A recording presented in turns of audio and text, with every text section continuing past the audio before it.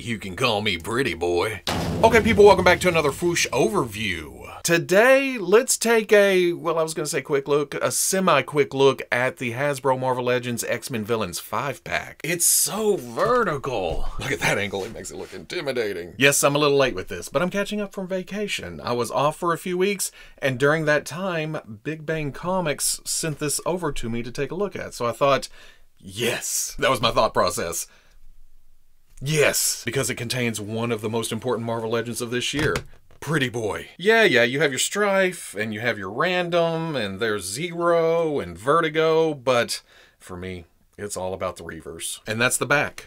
Just digital renders of the characters. On the front, some nice artwork with them all teamed together. I'm not sure if they've ever all been teamed together, but yeah. Marvel Legends 2023, X-Men 60 for the 60th anniversary. Warning, choking hazard, small parts. Don't put toys in your mouth.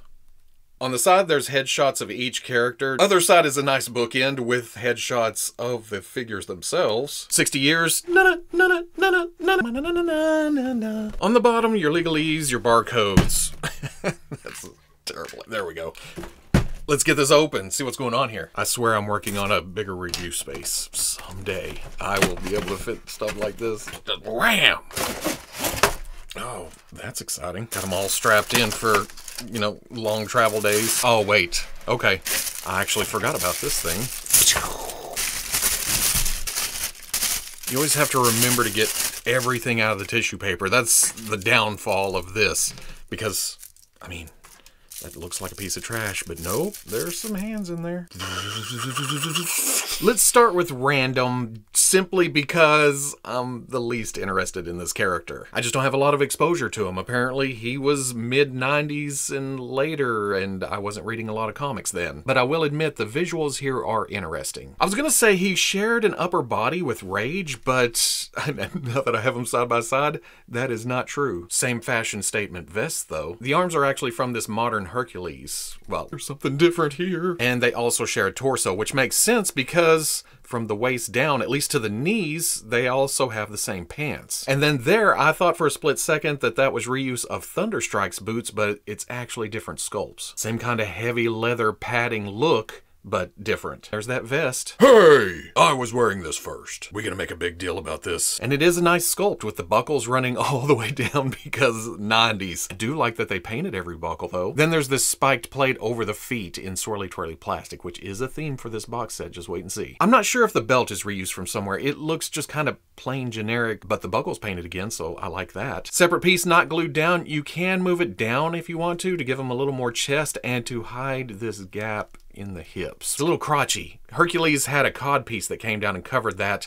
Here, you can see it right into the hip and then bam, right out to the leg. He's little in the middle and he doesn't have much back. But again, with the extra paint hits, the zipper has some silver to it. The buttons, the red up on the shoulders. Another buckle. 1, 2, 3. 16 buckles on this guy. Very pale skin tone. There may be a slight gray shade in there, or it's just my lights, but the eye focuses on the tampos. He's got tattoos on both shoulders. Over here is a winged heart, but this one's the impressive one. Got the greens of the snake with the rattle right here on the outside. It wraps all the way around the arm. Then finally at the head, it's kind of hard to notice with this pale skin tone, but he's got a 5 o'clock shadow, and that's just accentuated by the sunglasses that have a nice silver sheen to the lenses. Then the lips, the eyebrows painted in, the red bandana, along with a dirt dauber nest on his left arm. To all you northern people, dirt daubers are like wasps that build nests up on your porch, on the bricks, on the wood, wherever. But apparently this is some kind of shooting weapon, and the projectiles are actually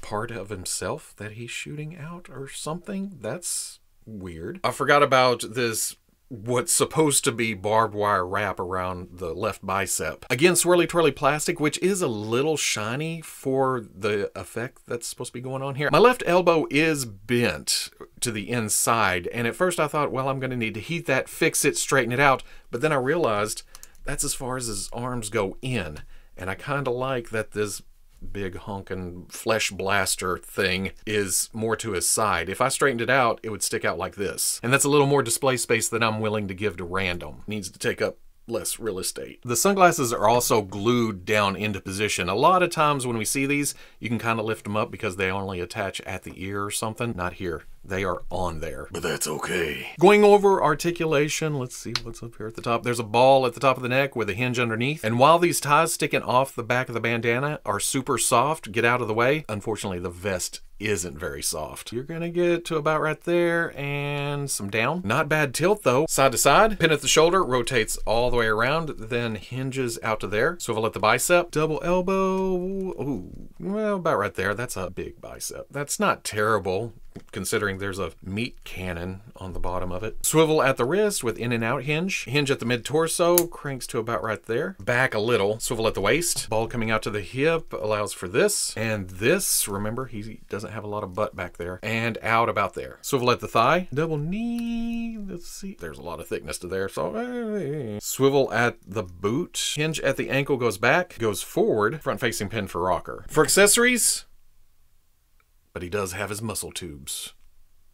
And I guess I didn't notice how detailed those were inside. Next up, let's look at Stryfe, because I know just ever so slightly more about this character than I did Random. But that's not saying a lot, because mid-90s. They probably said it at some point, or we noticed. But as I pulled this out of the package, put them in front of the camera, I was about to say, oh, here is complete reuse of the first Stryfe figure, just with a new head. But it's not, and the biggest giveaway is pinless limbs. And in giving him that, they also, I want to say, upgraded the sculpt very, very slightly. Like on the original, the bracer was a separate piece over the arm. Now it's part of the forearm, so it's a sleeker sculpt. You can also see the arms are different. The muscles on the new one are slightly bulkier. But to be honest, it wasn't the pinless limbs I noticed first, it was the angles of these spikes. Those are much more horizontal than the old ones. Those are angled up. There I started comparing and realized on the old one,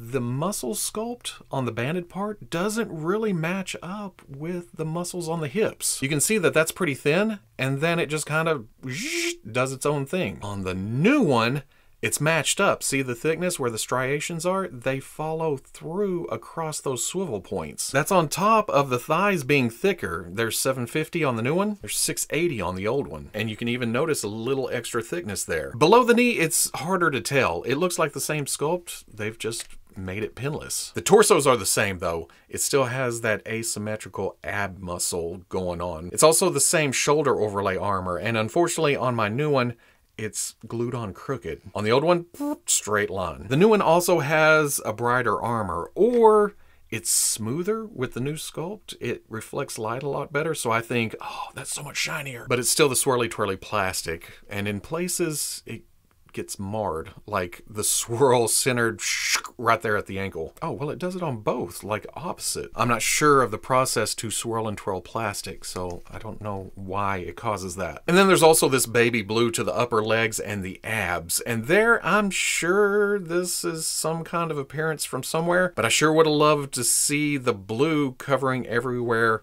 that the darker color covered on the older figure. Also the same capes, same flow to them, same texture, just slightly brighter red on the new one. But the big difference is the head, and again, I'm not a big Stryfe guy, but man, this one is so much better. It's the pointiness or the extravagance, the thickness, the layers. On the old one, it's not separated, and really, when you look at it, it comes off as kind of a Wolverine mask with extra wings. This is regal. Plus the head itself is slightly bigger, along with the added muscle here, the added thickness here. I just like the proportions overall compared to the old one. Also, if you're worried about pointies and pokies, there is a rubberiness to this, and these flex a little, and especially this, which is nice because when you go to look around, it gets out of the way. Same thing with the thigh spikes, but these aren't doing any moving. There's extra thickness to the shoulder pad sticking out, plus it's glued down, so it gets in the way of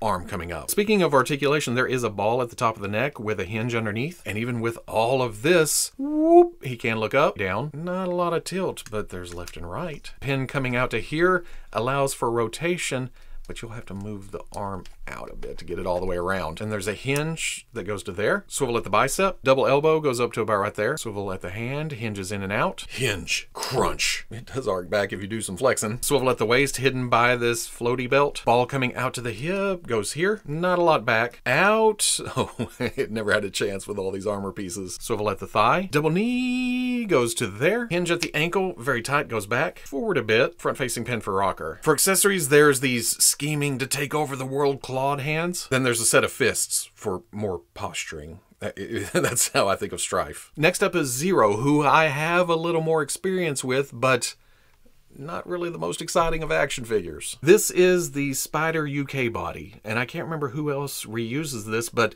it works for this character because it's essentially white with a 0 and a 0. No facial features, just big ol' O-face. That's it. But that's not really on Hasbro. That's the design of the character from the comics. I'm not quite sure if he's supposed to have costume wrinkles since it's an android or a robot of some kind. But at the same time, white costume, oh. Again, I do have a slight bend to the elbow, which helps in this case because it's going down to the side. But here, I will probably heat it up, straighten it out, and then give it a bend of my own. And oh, duck feet. That's another thing that pops out on this figure for me. They don't turn in as bad as the Sunfire body, but it's still noticeable that they're bigger and flatter. It's Zero. He was in Deadpool's The Circle Chase. Was that the name of the mini or something like that? But again, the character is bright white with a 0 and a 0. That's all I got. Although if the 5-packs were cheaper, I would love to get another one of these and put black spots on here for the Spot, who again is a white costume just with more spots all over it. Even that head would work, but again, whew. Exciting. Going over articulation, there is a ball at the top of the neck with a hinge underneath. Since it's essentially a blank body, all the way up, all the way down, quite a bit of tilt. Left and right. Pin coming out to the shoulder, rotates all the way around with a hinge that goes up to there. Swivel at the bicep. Hinge at the elbow, goes most of the way up. Swivel at the wrist with a hinge. Crunchticles, arc backedness. Swivel at the waist. Ball coming out to the hip, goes here. Again, this was a Spider-Man body originally. Not a lot of back, and then out, and then out, out. Downright disappointing. Swivel at the thigh, double knee, again, for this being a Spider-Man figure originally, or at some point in its lifetime, there you go. Swivel at the boot, which is mid-thigh on a naked figure. Hinge at the ankle goes back. There's forward, front-facing pin for rocker. For accessories, there are 2 fists, and then 2 flat chopping type hands. The better accessory is this portal ring. Now this is reused from the Target exclusive Defender Doctor Strange. There, it was a portal. Here, it's a portal. It's got a nice flow to it, some movement, like it's rotating around the center point, and then we get a little paint down here. That's all they could put because of the elaborate paint job on Zero himself. Next up is Vertigo, and she falls right into my prime comic book reading time. We've seen updated female bodies recently, but I guess Vertigo didn't make the list, or this 5-pack was out of the budget, because there's pin knees, which I don't mind. They're still double. They do their thing. And pinless single hinge and swivel elbows, which should go the way of the dodo at this point. They are the modified ones that cut out further down, so they have more travel. They get past 90, but there's no way this will ever perform like a double elbow. The body itself, at this point, I don't know all the different female bodies. Hell, the male bodies I still look at and go, where did that one come from? It's just your slimmer body with no heels, which I am completely good with. For the head, though, you may recognize this Invisible Woman. Now, I don't mind the face itself being reused, because the photo reel differentiates it a bit. The heavier eyeliner, the extra detail to the eyes, the green lipstick that's applied in a different shape, the darker eyebrows, but the hair, that's the dead giveaway. You can change the color to this nice green with some slight shading to it, but you're still going to go, oh, yeah, that's the exact same hairpiece. Same twists and twirls and curls and hair pieces sticking out. So don't like it that everything from the neck up is reused. While I like this green, it is very nice. I think of there being white highlights, kind of match the costume a little bit better. And there, you have her costume. There was a lot of room for error here. Green bleeding onto white, or there being some rough edges, but for the most part, it's fairly clean. I did notice that, oh yeah, right here, it's a little light on the hip piece, but for the most part, hey, look, it's Vertigo. Going over articulation, once again, there's a ball at the top of the neck with a hinge going down, but there's a hairpiece sticking off the back, so it gets in the way of up, lots of down, some tilt, side to side, pin coming out to the shoulder, rotates all the way around, and then hinge up to there. Oh, nope, see that little ledge right there? I was crashing into the torso. If you go down, there we go. Hinges up to there. Hinge and swivel at the elbow goes to here, and then in and out. Swivel at the wrist with a hinge. Dumbbell joint at the mid-torso. Little tight, gets you some hula hoop, but not super movement. Ball coming out to the hip, goes to here and here and here. Swivel at the thigh. Double knee goes, boom! Hinge at the ankle goes back, way forward. Front facing pin for rocker. For accessories out of the package, she comes with these two hands. They're either relaxed or kind of power wielding. And then there's two fists for punching and fighting. I would have really liked to seen some power effects here. I know we're all sick of those rings that they use for all the magic users, but something would have been nice. I've seen a couple people use a Madam Hydra hairpiece, or they've used the head, but I want to try to do a hair swap, and that would look like this. The hair from both heads just peeled right off with a little hot water. And then the Madam Hydra hair fits right onto here with some glue, of course. And I squeezed it down. It flows out a bit, and if you get this angle, you can see through it, but standing on the shelf, yeah, I like this better. It's still not 100% comic accurate, but I like that it changes it up from Sue's head. It doesn't look like a direct carbon copy. Oh, and that's just a dry brush of white on top to knock down the darker green color. Make it blend a little bit better with the costume. But finally, there is the star of the set. The one I wanted the most. The one I've needed for a long time. There's Pretty Boy. And since there's a lot to look at here, let's go straight for the face and say, not so Pretty Boy. There's a ruggedness, a rough and tumbleness that can be interpreted as pretty, I guess. Or in this case, it's pretty as in, you know, calling a large gentleman tiny. It's kind of that situation. But then there's the body. And, oh man, it's Pretty Boy. Look at him. The arms we've actually seen before on Silvermane from a previous 5-pack. Unfortunately, he reused a lot of the Beetle body. I feel like if he had been on this body, it would have been a lot more accepted. In fact, does this work? And then this? Huh. If you're more into Silvermane than Pretty Boy, this may work for you. And I'm guessing, yeah, that works there too. It looks a bit large here, and then Silvermane's head was a little small here. But at the same time, robot body. They can do whatever they want. There's the swirly twirly plastic, but it's very smooth in places, so it reflects a lot of light. Then you get to the banded parts. You have some wires sticking through, some rivets running up, very asymmetrical, and I like that it matches up here too. There's this plate or something added on there. Have the collarbones actually made out of metal, but then I love the transition to skin, or an overlay of skin, some kind of Terminator situation. There's a sprocket on the outside of the leg running down to exposed metal, and here's some banding, and it matches on both sides, comes down to a smaller foot. I would have liked to have seen toes maybe, but at the same time, it's very unique. It's Pretty Boyish. It's actually a bit thicker than my mental image of Pretty Boy, because I always thought of him as more skeletal, but at the same time, I do not mind this at all. This completely works. It has the same spirit. It's a nice blend of toy and comic book and prettiness. Out of the package, the ab piece was turned this way, which doesn't look wrong, but you'll notice that these wires are painted, and off to the side,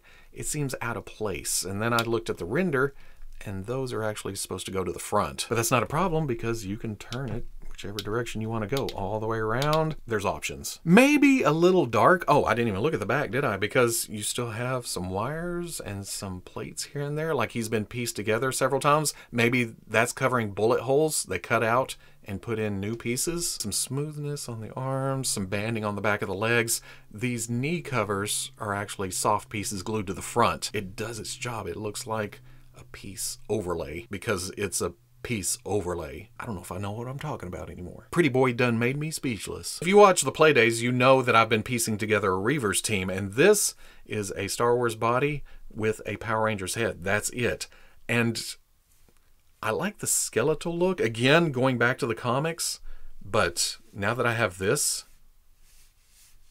get out of here. Ooh, baby, come here. Going over articulation, like I showed just a minute ago, there is a dumbbell joint at the top this time around. But there is slightly long hair and a hell of a jaw. So up to there, down to there. Pretty tilt though. Woo! Side to side, pin out to the shoulder, rotates around, hinge goes up to there. Swivel at the bicep, double elbow, oh. Swivel at the wrist with a hinge. Dumbbell mid-torso, can crunch and arc and tilt and rotate and turn and go all over the place. Along with a swivel at the bottom for extra twist. Ball coming out to the hip, goes up to here, goes back to there, and out. Okay.